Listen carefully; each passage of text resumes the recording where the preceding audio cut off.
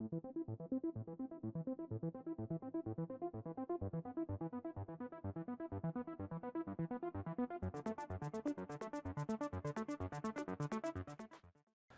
everyone, welcome back to the range.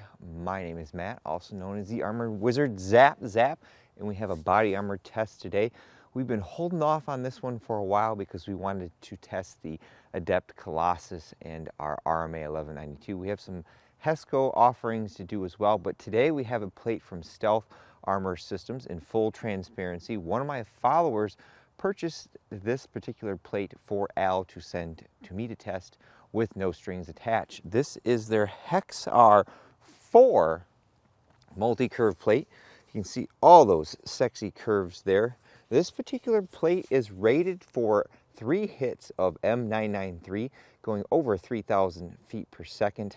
The major downside to this particular design right now, it is 1.4 inches thick. It's a thick one. This is probably the thickest plate that I've tested to date, or 35.6 millimeters for those who want the metric system. It weighs 7 pounds 14 ounces on my calibrated scale. Now here comes the spiel that a lot of my followers are well accustomed to. Over here on my channel, we do things completely different than pretty much anyone else testing body armor in a public capacity on YouTube in an infotainment kind of setting.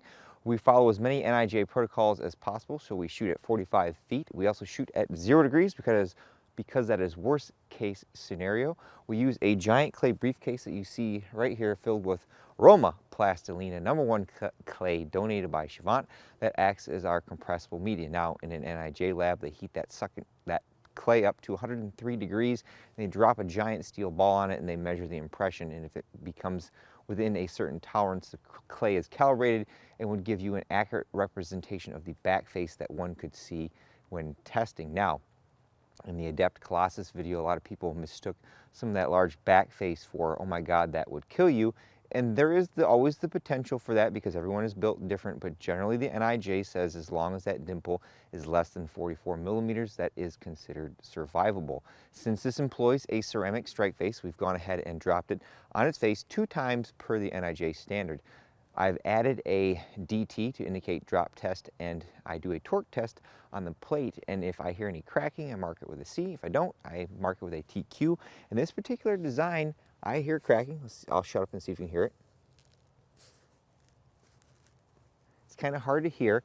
Now, Stealth Armor Systems does build very robust plates, and from my understanding, as long as we have good adherence between our backer and our strike face, those crackings do not negatively impact our performance. We also put a spreadsheet here at the beginning that we list all the threats that we're going to shoot at it. We check our penetrations and mark them down at the end and give you a post summary spreadsheet and do a teardown. We also use a chronograph, a Pro Chronopal Digital DLX at about 12 feet because we need to know the velocity of the bullets so we know if this stops, M993 going 3,000 feet per second. Someone shooting it out of a shorter barrel length at a distance, you are going to be fine. We've got our plate strapped up and we're ready to take our first 3 hits. I don't know how long this strike face will last, so we're going to go right to the threat that Al rated it for, and that is 3 hits of M993. That is the Army's current issue armor piercing round, 130 grains. Now the downside is my 22-inch barrel is down for the count right now, my TC Compass, so we're using our Springfield M1A here, which also has a 20-inch barrel, but it also only has iron sights.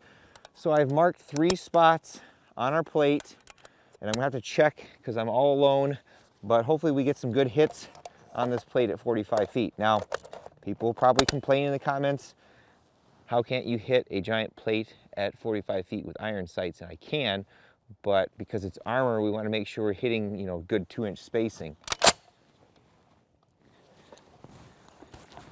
So this should be the left-hand corner. I marked them with some orange dots. Got velocity. Let's go check that. We'll put this one on the right-hand side. And then this one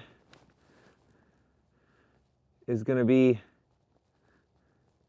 in the middle towards the bottom.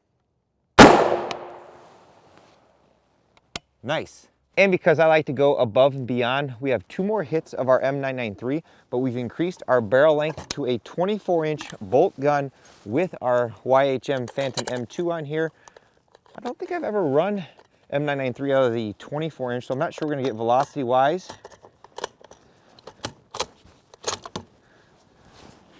This one I'll place on the lower right-hand corner.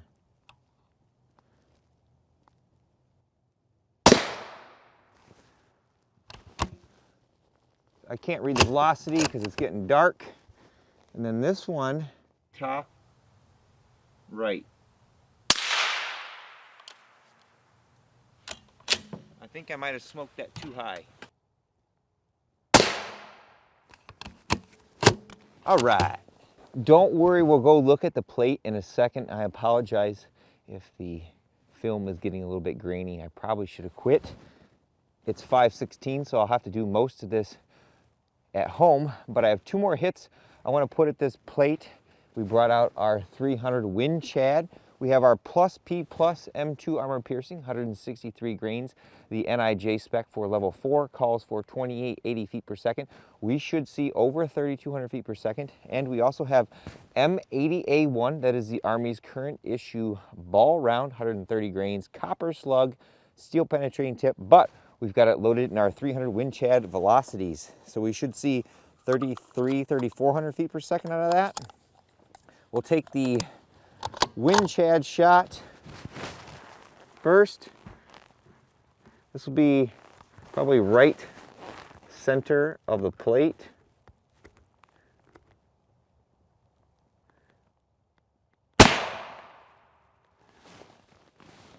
$3,200.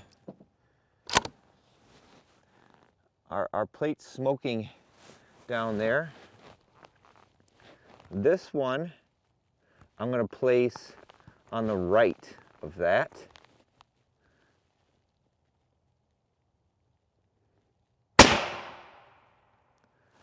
Oopsie. 3457. Woo! It's a good thing our iPhone 12 Pro has good low light performance. I do believe all these shots are considered fair hits except for this shot up here, but our normal pressure M993 shots number 1, 2, and 3 right here. And then shots number 4, and this shot up here, I'm not sure how close I am to the edge because this plate's actually like stepped, so maybe I was too close to the edge there. I can't find an entrance hole if it is there. So then shot number 6 was right here. Our M2 AP plus P plus Wind Chad was right there. That's quite a ways away from the epicenter of those other shots. And then this guy was our M2, or this guy over here was our M80A1 plus P plus, and that's only about an inch from the edge. I should have put it right there, but based on the clay that you see there, it's not looking too good, folks. Place those bets in the comments below. My wood backer is falling apart, if that tells you anything. Ouch. Ruh-oh, Raggy. We got a lot going on here. So we have a penetration from that hit up there. That is not 2 inches from the edge, as well as our M80A1 over here. It stopped our 3 rounds of standard pressure. Our overpressure over here was penetrated, so that was shots number 6, and our plus P plus Wind Chad made it through. Now, like with the Colossus, we talk about the back face presence here. Our shots of our M993, the regular shots, nothing. Look at how small that dimple is. And this clay has been heated up all day, so it's pretty darn soft. That's why we have these big giant holes here from our penetrations, but pretty darn impressive. Our X-Sappy plate was rated for 3 hits of M993, and for most of us, that plate is not commercially available, meaning that I can't go out and buy a new model of it. So if you have a use case for needing to protect yourself from M993, 3 hits of it. This particular plate will do you just fine. Now, the disadvantage, like I mentioned in the opening, is it's 1.4 inch thick. It's 1.4 inch is thick. We'll try to grab a back face measurement off of what we can here and probably be shot number 1. I did beat the clay flush before we started. 16 millimeters, so that is very, very good. And shot number 4 was stopped down here,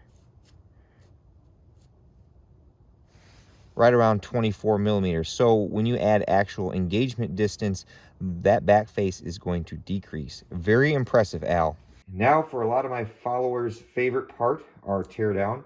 Forgive me if I sound a little muffled, but we're inside, and with as much dust that's coming off the ceramic, probably a good idea that I wear a dust mask. Here is our fabric cover of our Hexar 4 die, bullet, die. Throw that guy aside. Here is our polyethylene backer. Looks like we had 2 sections of it, totaled at 690 thousandths. Whatever the brand is, it's right there. I can't read it. Here is our M993 penetration. That is only 1.25 inches from the edge there, so that in NIJ's eyes would not be a fair hit. The M80 A1 plus P plus, the same thing, 1 inch. Somehow I pulled that a little bit. Our plus P plus 300 wind chad, that one sailed clean through. And then this was shot number 6 of our M993. So we stopped 4 rounds of M993 with one of them going over spec. So very impressive. I have to wonder if these other rounds could have been stopped if the backing material was more rigid. This is, like I said, pretty thick, and it's actually still fairly pliable. You can see the first shot of M993 is stopped in the first section of the polyethylene. This one made it a little farther. The third shot, very impressive. Now, Al has a very good attention to detail, and I think he overbuilds a lot of things. It literally took me 10 minutes to get into this plate. We've got an aramid fiber Kevlar covering, kind of like his dragon skin, that covered this entire plate, so I had to cut that away. And there's tons of adhesive on here, so it makes it hard to get into. And on the plus side, for anyone that takes a hit, all of this adhesion and covering helps control any fragmentation that may come off here. Up front, here is our drop face foam protectant. There's almost 2 layers of it there, measuring 151 thousandths thick. And then here is our strike face, what's left of it. Like I said, there's all the dust. There's this lamination layer, which seemed to do a pretty darn good job. As you can see, a majority of the ceramic was still here. Well, it's fallen on my table now. But I measured that at 390 thousandths thick. So we have measured thicker pieces of ceramic.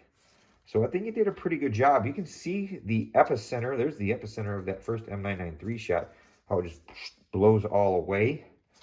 I'm not sure if this is boron carbide, silicon carbide, or maybe some of that newer tech stuff. I have to ask Al if he will specify. But the lighter gray color and how it kind of wipes away leads me to believe it's some type of boron carbide. And that's pretty much about all she wrote, folks. A very impressive plate for stopping 4 rounds of M993. This is probably the first time I've seen this in a strike face, but it looks like there's little metallic silverly pieces in there. Shiny, sparkling, almost like a precious stone. I've said it before and I'll say it again. Al over at Stealth Armor Systems builds really interesting plates that are also very, very strong. I do like that he put bullet die on the strike face of our Hexar 4. This plate from the factory is rated to stop 3 rounds of M993 armor piercing in 7.62 NATO, and it stopped 4 of them. But over here on my channel, we like to go a little above and beyond, and unfortunately, we probably degraded the strike face enough after those 4 shots that there wasn't much left to actually contain shots 5 and 6, and the other shots that I threw at it were considered by the NIJ non-fair hits. We did heat the clay up on this test all day long in preparation for it, and I think it got to about 85 to 90 degrees. So some of our back face that we saw was very realistic of what you would see in the actual NIJ testing. And the rounds that it did stop, there was almost literally no backface signature on this particular plate compared to what we've seen in the past. I wonder though if we could control some more of that backface if this particular type of polyethylene was more rigid. It is pressed, you can see that how well it's maintained its shape, but it still is pretty darn flexible. I don't know if that's this type of polyethylene or if there is another treatment that you have to add to actually make it hard.